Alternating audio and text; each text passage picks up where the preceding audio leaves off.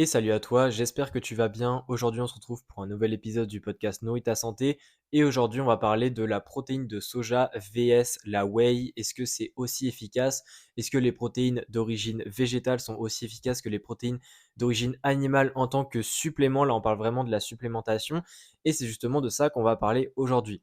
Alors déjà, première chose, cet épisode, évidemment, je vais donner des idées, je vais donner des clés, des résultats qu'on a eu par rapport à cette question, mais il faut comprendre qu'au niveau des recherches scientifiques, c'est pas tout à fait clair encore, et c'est-à-dire qu'il n'y a pas tant d'études que ça qui ont étudié le sujet sur la différence entre les supplémentations en protéines végétales et en protéines animales. Alors j'ai dit protéines de soja, mais de manière générale, c'est parce que c'est la protéine de soja en supplémentation qui est la plus étudiée, et notamment parce que généralement on associe le soja avec un score, une globalité d'acides aminés, donc par exemple le DIAS, le PDC, je sais plus c'est quoi l'indice, mais voilà, les différents facteurs qui indiquent la qualité, on va dire, des protéines, des acides aminés présents dans l'aliment. Généralement, le soja fait partie des plus hauts en termes végétal, et c'est pour ça qu'on l'étudie généralement en premier, quoi.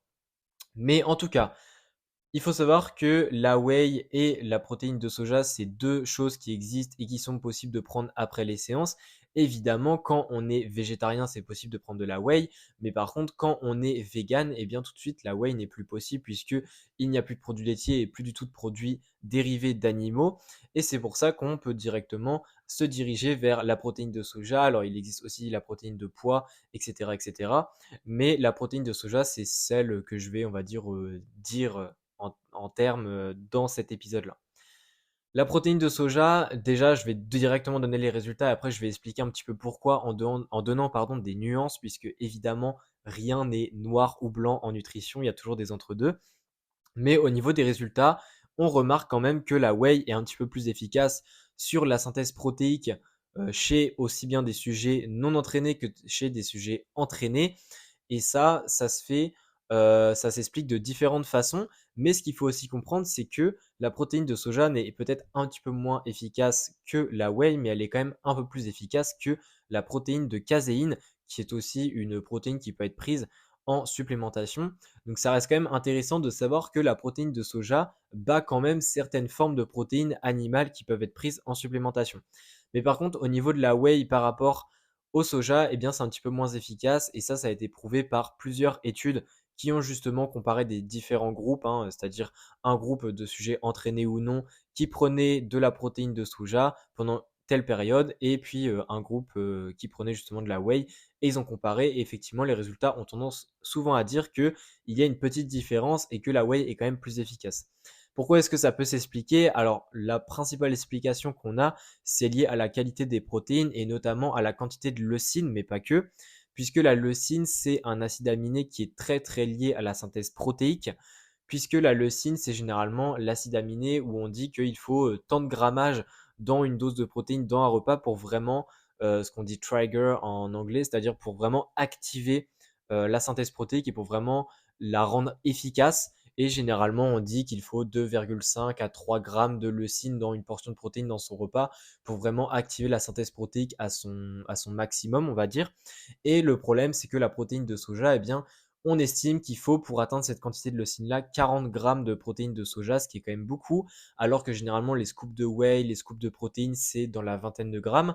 Et donc évidemment, si on compare une vingtaine de grammes de whey qui a au minimum 3 grammes de leucine à une scoop donc c'est-à-dire la même quantité de protéines de soja qui n'en a pas, qui a limite 2 fois moins de leucine, eh bien évidemment, on se doute que ça va moins bien activer la synthèse protéique et que ça peut en partie être responsable des résultats qu'on a au niveau des études, c'est-à-dire qu'il y a un petit peu moins de prise de masse musculaire, etc. chez les personnes qui prennent la protéine végétale. Mais par contre, évidemment, on a ces résultats-là, on a ces hypothèses-là, mais il faut aussi comprendre que la protéine végétale est quand même efficace, c'est-à-dire que dans les études, les personnes prennent du muscle, mais encore une fois, on parle vraiment d'optimisation et de comparaison par rapport à la whey, qui a quand même, on va pas se mentir, fait ses preuves depuis bien longtemps, et on sait que la whey, c'est un des meilleurs produits pour vraiment la prise de masse musculaire grâce à son schéma d'acides aminés, c'est-à-dire tous les acides aminés qu'il a au niveau des quantités, etc. Évidemment, les protéines végétales sont peut-être un peu inférieures, peut-être qu'il y a un petit peu moins de BCAA, un peu moins de certains acides aminés essentiels. Ça dépend de quelle protéine végétale on parle, puisque chaque protéine végétale a un petit peu ses lacunes en termes d'acides aminés, contrairement à la whey.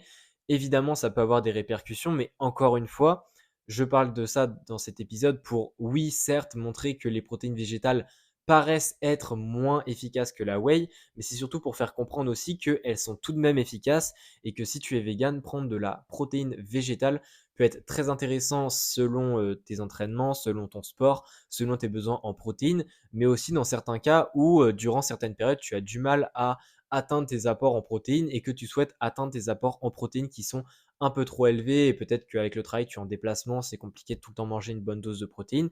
Là, ici, pour le côté pratique, ça peut être aussi intéressant et c'est quand même bon de savoir que d'un point de vue synthèse musculaire et donc d'un point de vue conservation des muscles, hein, au final, c'est un petit peu ça aussi, et bien c'est quand même efficace. Donc c'est vraiment intéressant de comprendre dans cet aspect-là aussi. Et j'espère en tout cas que cet épisode t'aura plu, puisque je n'ai pas forcément grand-chose à dire de plus. Si j'ai de nouvelles données, s'il y a de nouvelles études qui sortent sur le sujet et qui donnent beaucoup plus d'informations, j'en ferai un autre épisode. Mais en tout cas, là, ce que j'ai donné comme information, c'est les choses, on va dire, les plus claires, ce qui paraissent être les plus fiables. Mais il y a encore d'autres hypothèses que j'aurais pu parler, mais c'est beaucoup moins fiable. C'est-à-dire que c'est vraiment juste des hypothèses où il n'y a pas forcément beaucoup de choses solides derrière. Donc, j'ai pas envie forcément de donner trop d'hypothèses, à part se perdre. Je trouve que ça ne sert à rien.